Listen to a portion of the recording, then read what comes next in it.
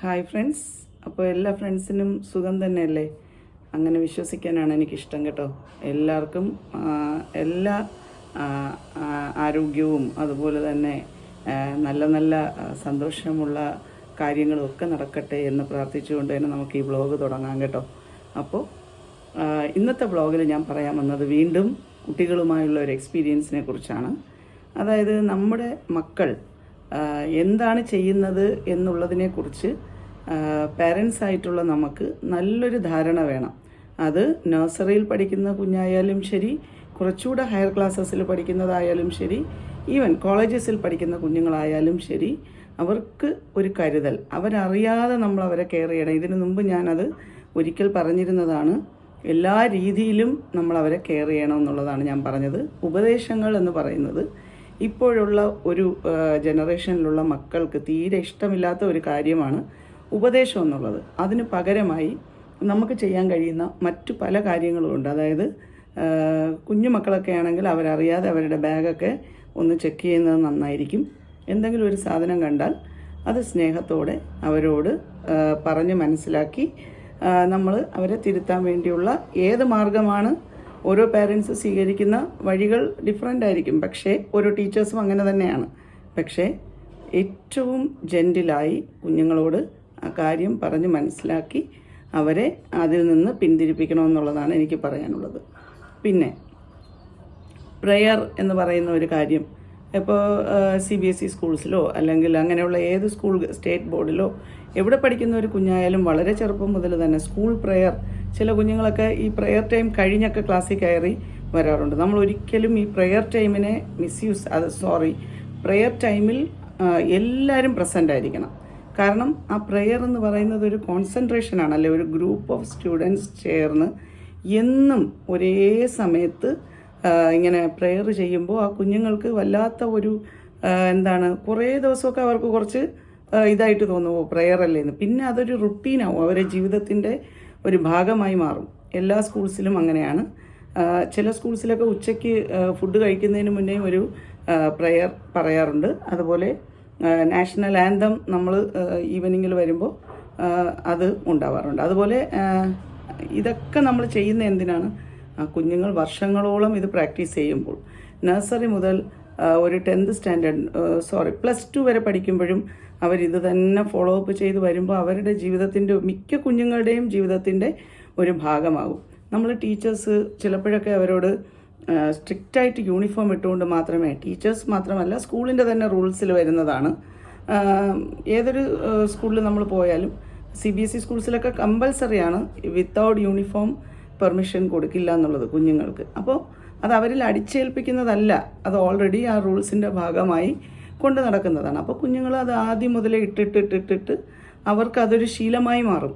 അപ്പോൾ വളർന്നു കഴിഞ്ഞാലും അവരൊരു വസ്ത്രം, അവരുടെ കയ്യിൽ ഒരു വസ്ത്രമേ ഉള്ളെങ്കിലും അത് നീറ്റായി നല്ല ടൈഡി ആയിട്ട് ഇട്ടുകൊണ്ട് പോകാൻ അവർ പരിശീലിക്കുകയാണ് കുഞ്ഞുനാൾ മുതലേ.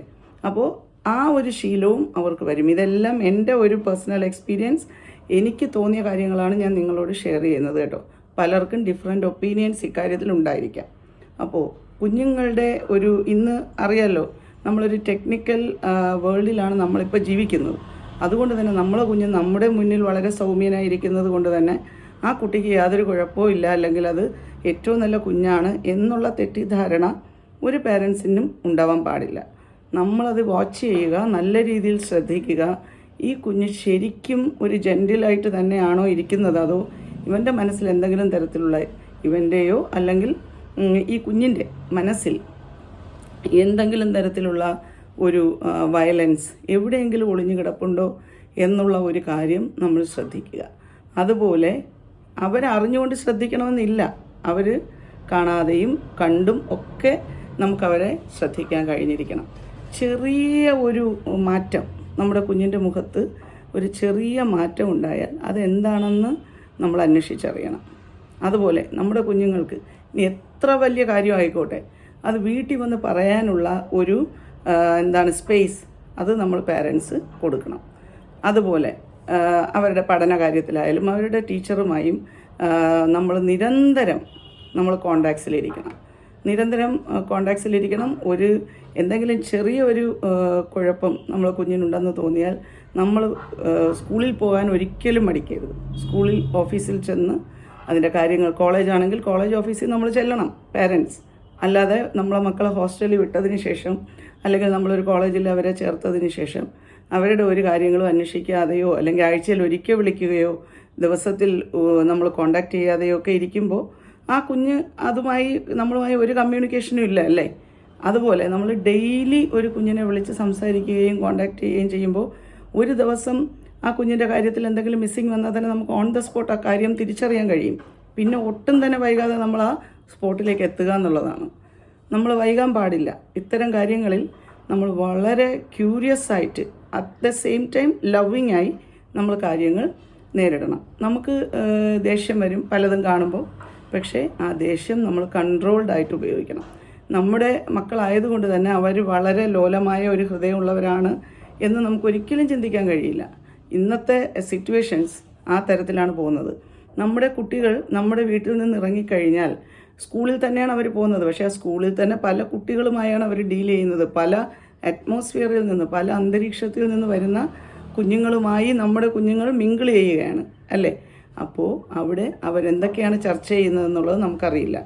എന്തൊക്കെയാണ് അവർ ഡിസ്കസ് ചെയ്യുന്നതെന്ന് അറിയില്ല. മൊബൈലിൻ്റെ യൂസ് വെച്ച് അവരെന്തൊക്കെയാണ് ചെയ്യുന്നതെന്നും നമുക്ക് പലപ്പോഴും അറിയില്ല. മിക്ക പാരൻസും വർക്കിംഗ് ആയിരിക്കും. അതുകൊണ്ട് തന്നെ വീട്ടിലെ ജോലികളും ടയേർഡായി വന്നതിന് ശേഷം ഇത്തരം കാര്യങ്ങളിലൊക്കെ ശ്രദ്ധിക്കാൻ നമുക്ക് ടൈം കിട്ടില്ല എന്നുള്ളതാണ് അല്ലേ. നമ്മുടെ കുഞ്ഞുങ്ങൾക്ക് എന്താണോ വേണ്ടത് അതിനു വേണ്ടി മാത്രം നമ്മൾ പൈസ ചിലവാക്കുക. ആവശ്യത്തിൽ കൂടുതലുള്ള പോക്കറ്റ് മണി കൊടുക്കുക. അല്ലെങ്കിൽ നമ്മൾ നമ്മുടെ കുഞ്ഞിനൊരു പൈസ കൊടുത്തു, അതവൻ എന്താണ് ചെയ്തത് അല്ലെങ്കിൽ എന്താണ് ആ കുഞ്ഞ് ആ പൈസ വെച്ച് ചെയ്തതെന്നുള്ള കാര്യത്തിൽ. ഹയർ ക്ലാസ്സിലെ കുട്ടികളുടെ കാര്യമാണ് ഞാൻ പറഞ്ഞത്. ലോവർ ക്ലാസ്സിൽ നമ്മൾ ആരും കാശ് കൊടുത്തയക്കാറില്ല. അപ്പോൾ എന്താണ് ചെയ്യുന്നത് എന്നുള്ളത് നമ്മൾ നോക്കുക. ടൈമിൽ വീട്ടിൽ വരുന്നുണ്ടോ എന്നും അവർ ചെയ്യുന്ന രീതികളിൽ നിന്ന് അവർക്ക് എന്തെങ്കിലും വ്യത്യസ്തത കാണുന്നുണ്ടോ.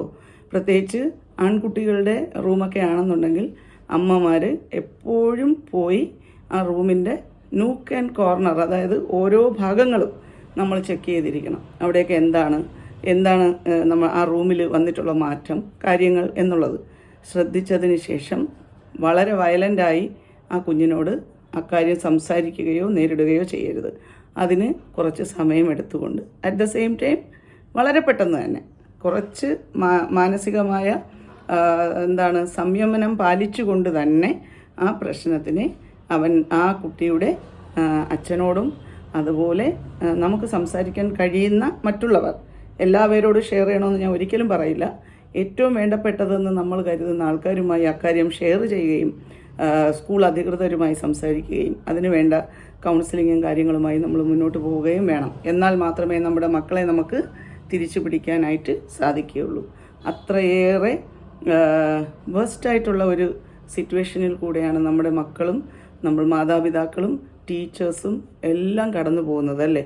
അപ്പോൾ അതിനുവേണ്ടിയാണ് ഇതൊരു അവയർനെസ് എന്നുള്ള നിലയ്ക്ക് ഞാൻ പറയുന്നതാണ്. ആസ് എ ടീച്ചർ ഇതെൻ്റെ ഡ്യൂട്ടിയും കൂടിയാണെന്ന് എനിക്ക് തോന്നി. ഇതിൻ്റെ കൂടുതൽ ഭാഗങ്ങൾ ഞാൻ ഇനിയും വീഡിയോകളിൽ പറയുന്നതായിരിക്കും.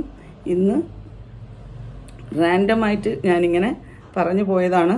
പക്ഷേ വളരെ സീരിയസ് ആയിട്ടുള്ള കാര്യങ്ങളാണ് ഞാൻ പറഞ്ഞത് എന്നെനിക്ക് തോന്നുന്നു. ഓരോ പാരൻസും ഓരോ ടീച്ചേഴ്സും ഓരോ വീട്ടുകാരും വളരെ ശ്രദ്ധയോടുകൂടി അവരവരുടെ മക്കളുടെ കാര്യങ്ങളിൽ തിരക്കേണ്ട അല്ലെങ്കിൽ കരുതലെടുക്കേണ്ട സമയം വളരെയധികം അതിക്രമിച്ചിരിക്കുകയാണ്. അപ്പോൾ അതുകൊണ്ട് ഇത് എൻ്റെ ഒരു ചെറിയ ഒരു റിക്വസ്റ്റ് മാത്രമാണ്. വീണ്ടും കാണാം friends. Thank you so much. Love you all.